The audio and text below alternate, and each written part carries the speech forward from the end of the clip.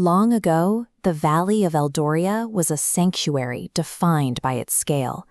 Deep woods and winding rivers created a world where everything seemed permanent and vast.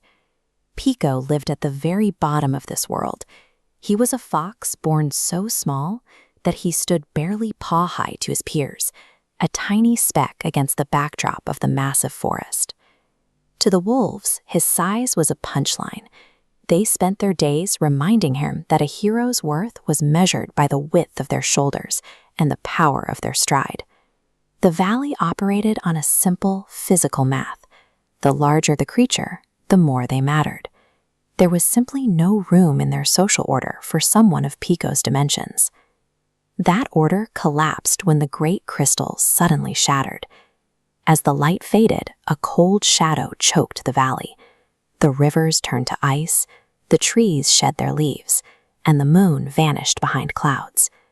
The bears were the first to respond, throwing their massive weight against the encroaching dark.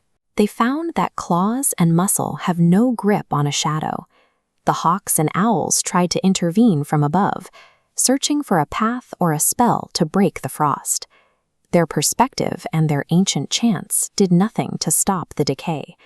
For the first time in memory, the traditional powers of Eldoria were helpless. The very traits they prized, strength, speed, and size, offered no defense against this kind of rot. An old turtle offered a single path forward: retrieve the flame flower from Dragon Peak.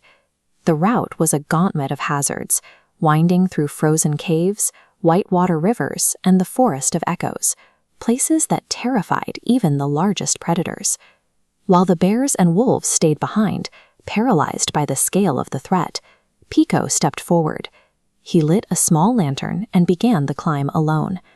The difference between the valley's protectors and Pico wasn't their physical ability to make the trip. It was that Pico was the only one who didn't let the fear of the journey stop his first step. As a blizzard tore across the mountain, Pico kept moving.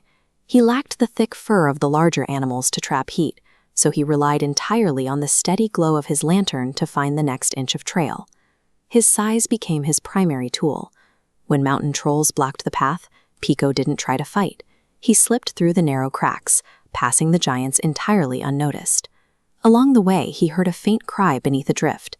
He stopped to dig, his small paws working for hours until he cleared the snow from a trapped baby dragon, a rescue that required a level of focus the larger, more aggressive animals lacked. Pico finally reached the summit, where he found the dragon Ignar.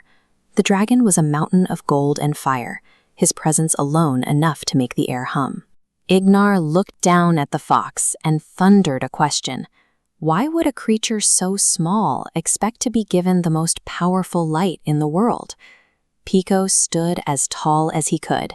He told the dragon that Eldoria needed hope, and that a protector's heart doesn't need to be large to carry it. Pico reached the peak because he had to be smarter and more agile than the predators in the valley. Every obstacle that should have stopped a small fox only forced him to find a better way around it. Ignar stayed silent for a long moment before smiling. He told Pico he was braver than any king he had ever met, and placed the blazing flame flower in his care. Pico sprinted through the storm and placed the flower into the heart of the great crystal. A shockwave of golden light burst outward, instantly vaporizing the ice and driving the shadows back into the earth. The recovery was immediate. The rivers began to flow, green shoots broke through the soil, covering the valley in color by the next morning. When Pico returned to the woods, the mockery had stopped.